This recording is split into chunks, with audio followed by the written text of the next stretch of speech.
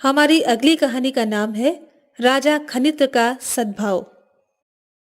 पूर्व काल में प्रांशु नामक एक चक्रवर्ती सम्राट थे।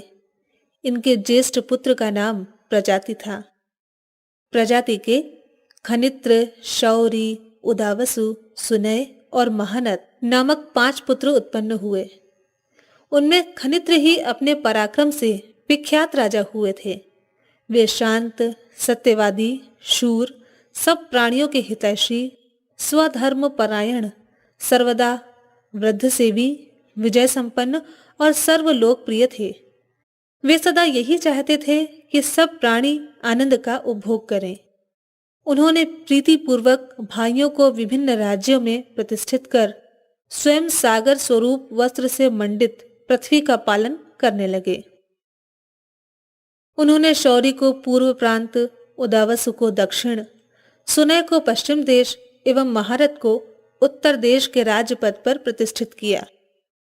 खनित्र और उसके भाइयों के राज्य में विभिन्न गोत्र वाले मुनिगण पुरोहित कर्म के लिए नियुक्त थे। अत्रि कुल में उत्पन्न सुहोत्र नामक द्विज शौरी के, गौतम वंश में उत्पन्न कुशावर्त उदावसु के, कश्यप गोत्र में उत्पन्न प्रमति राजा सुनय के तथा वशिष्ठ गोत्र में उत्पन्न वशिष्ठ राजा महारथ के पुरोहित थे। ये चारों राजा अपने राज्यों का उपभोग करते थे और खनित्र उन सभी महीपतियों के अधीश्वर थे। किसी समय शौरी के मंत्री विश्ववेदी ने अपने स्वामी से कहा, इस समय एकांत है, इसलिए मैं कुछ कहना चाहता हूँ। यह समस्त पृथ्वी जिसके अधीन है, वह राजा और उसके पुत्र पौत्रादि वंशधर ही सदा राजा बनेंगे। दूसरे भ्राताओं के अधिकार में जो छोटे छोटे राज्य हैं, वो पुत्रों में बढ़कर और छोटे होते जाएंगे और अंत में उनके वंशधरों को कृषि से अपनी जीविका निर्वाह करनी पड़ेगी। राजन, भाई कभी भाई का उद्धार नहीं चाहता, फिर उनके पुत्रों पर स्नेह कहाँ से हो सकता है? अतः मेरी तो यही मंत्रणा है कि आप ही पितृ पितामह आदि के राज्य का शासन कीजिए। मैं इसी के लिए प्रयत्नशील हूँ। यह सुनकर राजा ने कहा, मंत्रीवर्ग, वर्तमान महिपाल खनित्र हमारे बड़े भाई हैं, हम उनके अनुज हैं। इसी से वे समस्त पृथ्वी का शासन करते हैं और हम छोटे छोटे राज्यों का उपभोग करते हैं। महामते, हम 5 भाई हैं और पृथ्वी तो एक ही है। फिर समग्र पृथ्वी के ऐश्वर्य का स्वतंत्र रूप से उपभोग करने में हम सभी कैसे समर्थ हो सकते हैं? मंत्री ने कहा, मेरा अभिप्राय यह है कि उस पृथ्वी को आप ही स्वीकार करें और सबके प्रधान बनकर पृथ्वी पर शासन करें। अंत में राजा शौरी के प्रतिज्ञा कर लेने पर मंत्री विश्ववेदी ने उनके अन्य भाइयों को भी अपने वशीभूत कर लिया और उनके पुरोहितों को भी अपने यहाँ शांति कर्म में नियुक्त कर खनित्र के अनिष्ट के लिए अत्यंत उग्र आभिचारिक कर्म का अनुष्ठान प्रारंभ करा दिया। उसने खनित्र के अंतरंग विश्वास पात्र सेवकों को अपनी ओर मिला लिया और ऐसी चालें चली जिनसे शौर्य का राजदंड अप्रबाधित हो जाए। चारों पुरोहितों के आभिचारिक प्रयोग से 4 भयंकर कन्याएं उत्पन्न हुई, जिन्हें देखकर छाती दहल जाती थी। वे हाथ में बड़े बड़े शूल लिए हुए थी। वे शीघ्रता पूर्वक खनित्र के पास गईं, किंतु निष्पाप राज्य के पुण्य बल से शीघ्र ही हतप्रभ हो गईं। तब वे लौटकर उन 4 राजपुरोहितों और विश्ववेदी के निकट आईं।